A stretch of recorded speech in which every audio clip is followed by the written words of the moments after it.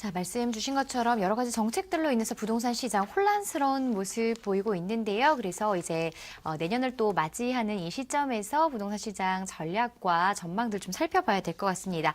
앞으로 부동산 투자 방향 좀 잡아주신다고요? 네, 그렇습니다. 정부가 지금 여러 가지 규제책을 내고 있어요. 예, 봄에도 지금 4월 달에 한번 나왔고 9월 달에도 지금 나왔습니다.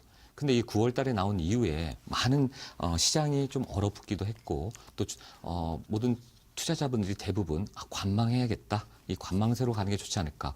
마치 그러니까 정부나 국토부에서는 이제 드디어 부동산을 잡았다. 뭐 이런 뉴스들, 매매 거래가 절벽이다. 뭐 이렇게 얘기를 하고 있습니다. 근데 그걸로 끝나는 게 아니라 여기에 대해서 투자자분들이 혼돈을 가지고 있고 심지어는 사기까지 당하고 있어서 여러분이 지금 이런 상황에서는 어떻게 대처하고 어떻게 하는 게 가장 현명한지에 대해서 제가 말씀드리도록 하겠습니다. 우선 9월 달에 9월 20일 날 정부 대책이 발표됐죠. 3기 신도시가 지금 어떻게 만들겠다라고 지금 얘기가 나왔습니다. 그러자 어떤 일들이 벌어졌습니까? 그게 나오면서 후보지가 사전에 유출됐다고 나라가 떠들썩했고요. 또 그린벨트 해제 얘기를 하면서 서울시하고 날선 충돌과 지금 대립각을 세우고 있습니다. 그리고 그 해제 논란뿐만 아니라 그로 인해서 그린벨트 중심에 이미 결정도 안 됐는데 땅값들이 급등을 하고 있습니다.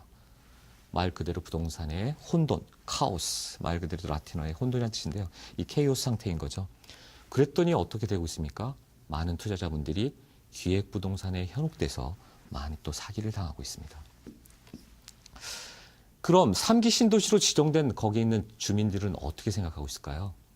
보시는 바와 같이 연일 보도가 나오고 지금 자꾸만 잘 안 나오고 있는 것 같습니다만 현지 주민들은 엄청난 반발과 데모와 항의 시위를 하고 있습니다. 심지어 지자체 장들과 국회의원들마저도 이곳에 가서 같이 항의를 하고 있고요. 삭발 항의도 하고 있고 국토부 청사까지 가가지고 그 대문 앞에서 이렇게 지금 데모를 하고 있습니다. 아까 말씀드린 대로 우리 민주당의 신창원 국회의원께서 또 사전에 어떻게 그런 정보를 아셔가지고 얘기를 하면서 야당들이 난리가 났죠. 문서의 비밀 유출이다. 사전에 이런 기밀 문서들이 어떻게 유출이 됐느냐.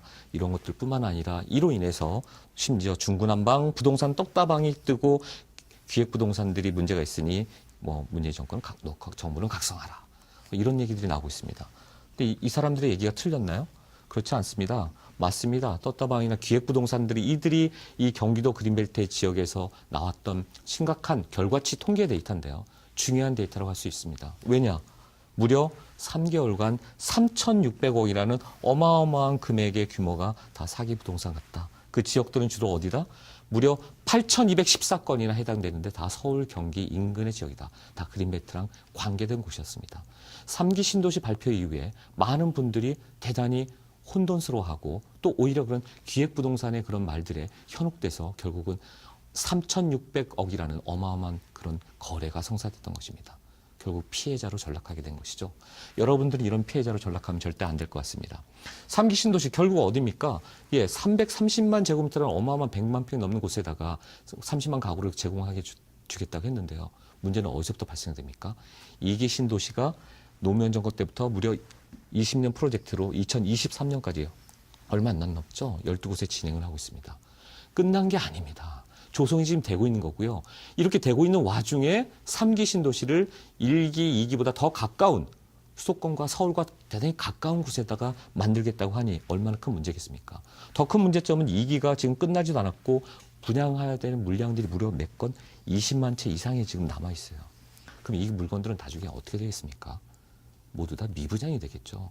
현재 그러면 집값이나 이런 모든 것들이 말 그대로 더 큰 혼란에 빠질 수밖에 없다. 대단히 중요한 얘기입니다. 1기, 2기 신도시 지금 분당 일부 지역들은 지금 상당히 그래도 살아나고 있어요. 판교 때문에. 그러나 그 성격은 베드타운으로 전락될 가능성이 더 크고요. 특히나 2기 신도시 같은 경우는 바로 가치가 하락될 것 같기에 저렇게 주민들이 데모를 하고 있는 겁니다. 왜냐? 3기는 직주 근접형의 타운 형성으로 만들겠다고 지금 공약처럼 얘기를 하고 있잖아요. 이 부분 때문에 지금 굉장히 심각합니다. 결국 현재 2기 신도시는 말씀드린 대로 해당 주민들이 아파트 값이 몇 개월째 계속 남들은 50% 100% 올랐네 막 돈을 벌었네 하지만 2기 신도시 해당하는 분들은 정말 극심한 스트레스와 피로감이 쌓여가고 있는 것입니다. 근데 이 2기 신도시와 3기 신도시에서 제일 중요한 건 어떤 문제들 때문에 이게 지금 문제가 되고 있느냐. 바로 여러 가지 교통, 학군, 모든 일자리, 모든 게 다 갖춰져야 되는데 그중에서도 특히 안 갖춰지고 있는 게 바로 교통 인프라죠. 생각해 보세요. 저 이기신도 거기서 서울까지 진입하려면 얼마나 많이 걸립니까? 예, 그래서 그거를 해결할 수 있는 GTX라는 해결책 카드를 딱 꺼내 들었는데 해결사처럼 A는 지금 진행되고 있는데 GTX B 노선이나 C 노선은 뭡니까 지금? 타당성 조사에서 계속 지금 안 되고 있잖아요. 2025년까지 안 된다는 얘기가 나오니까 결국은 사업성 타당성 조사를 면제하고 바로 가겠다까지 지금 정부와 국토부가 현재 지금 심각하게 이 부분을 얘기하고 있는 것입니다. 여러분 GTX A 노선 같은 경우는 동탄에서 삼성역까지 19분, 일산에서 서울까지 14분, 그리고 B 노선 같은 경우에 송도에서 서울까지 27분. 여러분 송도에서 서울까지 들어오는데 얼마나 오래 걸리는지 아시죠? 송도 부분에 굉장히 가까워졌고요. C노선 같은 경우는 의정부에서 삼성까지 몇 분? 13분. 이렇게 10분대에 서울 도심으로 진입을 하게 할 수 있다는 게 얼마나 큰 호재겠습니까? 하지만 이게 돼야 되는 거고 진행이 돼야 되는 상황에서 나머지 교통뿐만 아니라 학군이라든지 특히 일자리 창출이라든지 이런 부동산에 영향을 줄 수 있는 것들이 다 갖춰져야지만 부동산의 값은 상승하는 거고 개발 호재까지 같이 담아서 가치 상승이 이루어지는 겁니다. 가장 중요한 부분이라고 할 수 있습니다. 이렇게 정부가 규제책을 발표할 때마다 부동산이 자꾸만 겉으로 보기에는 조용한 것 같고 조정이 되는 것 같지만 투자자들 입장에서는 혼돈에 빠지고 자꾸만 사기를 당하게 되고 이런 일이 발생되고 있습니다. 그래서 저는 이런 부동산 혼돈의 시대에서 혼돈의 시간대에 여러분들이 어떻게 했으면 좀 더 지혜롭게 여기를 탈출하고 여러분이 판단할 수 있을지에 대해서 말씀드리고자 합니다. 자세한 얘기는 제가 세미나 때 더 할 수 있을 것 같고요. 우선 중요한 것은 이런 상황에서는 직주 근접형 개발 호재가 확실한 곳에 포커싱을 해야 된다. 주로 그중에서도 어디? 서울, 인서울에 하셔야 된다. 특정 예력, 개발 호재가 많은 곳. 이런 곳에 여러분이 하셔야 된다는 거죠.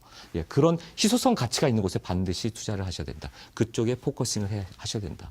정부의 규제가 있는 곳은 바로 투자 포인트라고 보시면 되는 거고요. 특히나 정부가 지금 이런 재건축, 재개발에 대해서 규제를 많이 하고 있는데 언제까지 이렇게 규제를 할까요? 그렇다면 컴팩트 시티든 고밀도 복합 개발에 대해서 어떻게 할까요? 그런 부분에 대해서 여러분이 심각하게 고민하시고 관심을 갖고 보셔야 되고 어느 지역이 어떻게 될 거라는 데서 여러분이 항상 집중하시고 거기에 관심을 갖고 계셔야 됩니다. 그래야지만 현명한 판단할 수 있고 그런 현명한 판단 옆에 바로 이런 전문가들이 특히 저 같은 사람이 여러분의 도움을 드릴 수 있을 것을 제가 확신합니다. 자세한 얘기에 대해서는 제가 세미나 때 한 번 더 말씀드리도록 하겠습니다. 윈스턴 처칠 영국의 총리이자 정치가가 이런 얘기했습니다. 많은 사람들 중에 비관론자는 기회 속에서 어려움을 찾아내고 낙관론자는 모든 어려움 속에서 기회를 찾아낸다. 대단히 중요한 얘기인 것 같습니다. 정반대 입장에 있는 거죠. 성공하는 사람들의 중요한 공통점이기도 합니다. 이렇게 규제책이 많이 나오고 뭔가 언론에서는 지금이 조정세고 더 하락할 것처럼 계속 그런 분위기로 몰아가고 있을 때 여러분은 어떻게 하셔야 되겠습니까? 비가 360 오는 게 아닙니다. 맑은 날이 오듯이 여러분 대비를 하셔야 됩니다. 현명한 투자자로서 현명한 판단과 선택 그리고 결정을 할 수 있게끔 바로 여러분들이 그런 마인드를 키우셔야 될 시기라고 저는 생각합니다. 그런 현명한 판단과 결정을 할 수 있게끔 바로 그 곁에 제가 있도록 하겠습니다.